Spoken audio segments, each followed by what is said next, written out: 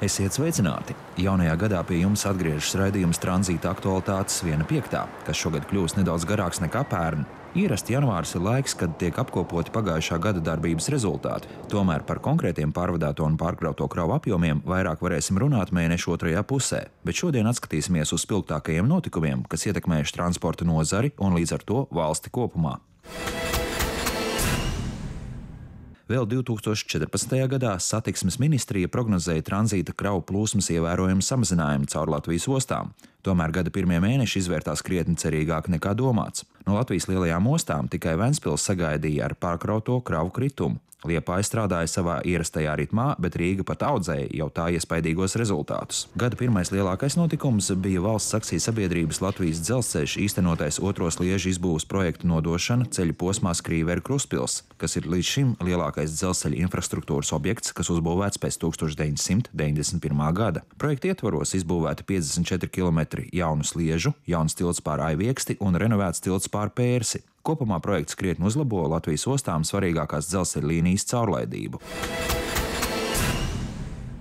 Pērnā gada sākumā no nulles punkta izkustējās vēl viens vērienīgs dzelzceļa infrastruktūras projekts. Sākās Eiropas platuma sliežu ceļu Rail Baltica projekta publiska apspriešana, kas varbūt par pārsteigumu daudziem sastapās ar diezgan augstu iedzīvotāju pretestību, sevišķi pie Rīgā un Pārdaugavā. Īpaša kritika tika veltīta dzelzceļa atzaram uz lidostu Rīga, kas sarežģītu dzīvi Mārupes un Jaunmārupes iedzīvotājiem, kā arī iespaidīga dzelzceļa tuneļa būve Daugavas kreisajā krastā. Lai lidostu veiksmīgi attīstītos, ir nepieciešams paplašināt tā saukto catchment area, jeb aptveres joslu, kurā apmēram 2 stundu laikā ar sabiedrisko transportu vai ar privātu automašīnu var nokļūt lidostā. Tāpēc arī tiešais savienojums cauri lidostai un tālāk uz Bausku un Paņevežu un Kauņu ir ļoti nozīmīgs.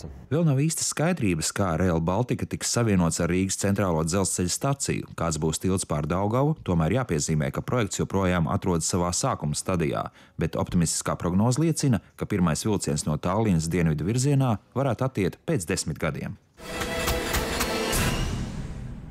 Lai gan pavasara un vasaras mēnešu pārkrauto kravu apjomu rezultāti sāka pasliktināties arī Rīgā, tomēr īstu bumbas sprādziena efektu visā tranzīta nozarē izraisīja Latvijas dzelzceļa prezidenta Uģa Magoņa apcietināšana. Korupcijas novēršanas un apkarošanas birojas paziņoja, ka krimināla process pret Magoni sākts par kukuļu lielā apmērā piedāvājumu pieņemšanu no Igaunijas uzņēmuma Skinest, kas uzvarēja Latvijas dzelzceļa meitas uzņēmumu LZ RSS rīkotajā konkursā par lietotu maģistrālo lokomotīvu iegādi. Tas, ka Nigais Mākoņs sāk savilkties ap Latvijas dzelzceļa prezidenta galvu, liecināja medijos izskanējušie pārmetumi par to, ka Latvijas dzelzceļš nav pietiekami ātri veicis NATO bruņu tehnikas transportēšanu no Rīgas brīvostas uz Ādažu poligonu. Kaut gan bruņu tehnika tika nogādāta un izkrauta krietni ātrāk nekā līgumā paredzēts. Tomēr lielākais pārmetums Magoniem bija pārāk ciešā draudzība ar nu jau bijušo Krievijas dzelzceļa vadītāju Vladimiru Jakūņinu, kur jau 2014. gadā ASV iekļāva sankcijām pakļauto personu sarakstā, bet pateicoties tieši Latvijas lobbyam, Jakūņins netika iekļauts līdzīgā sarakstā, ko izveidoja Eiropas Savienība. Zīmīgi, ka pats Jakūņins bija spiests atstāt savu amatu nedēļu pēc Magoņa aresta. Tas, ka Latvijas dzelzceļa prezidenta arestam ir arī politiska piegarša, apliecina ātrums, ar kādu Magonis tika atbrīvots no valdes priekšsēdētāja amata, kas pašmāju procesu vērotājiem liek vilkt paralēles ar citiem līdzīgiem notikumiem. Vēl dīvaini šajā korupcijas skandālā ir tas, ka pret iespējamo kukuļu devēju uzņēmuma Skinest īpašnieku Oļegu Osinovski nav veikts tikpat kā nekādas procesālas darbības, tikai vairākas pratināšanas Latvijas vēstniecībā Tallinā. Kā beigsies 500 000 eiro skaidrās naudas, ko knaba darbinieki atrada Magoņa mašīnas bagāžniekā lieta,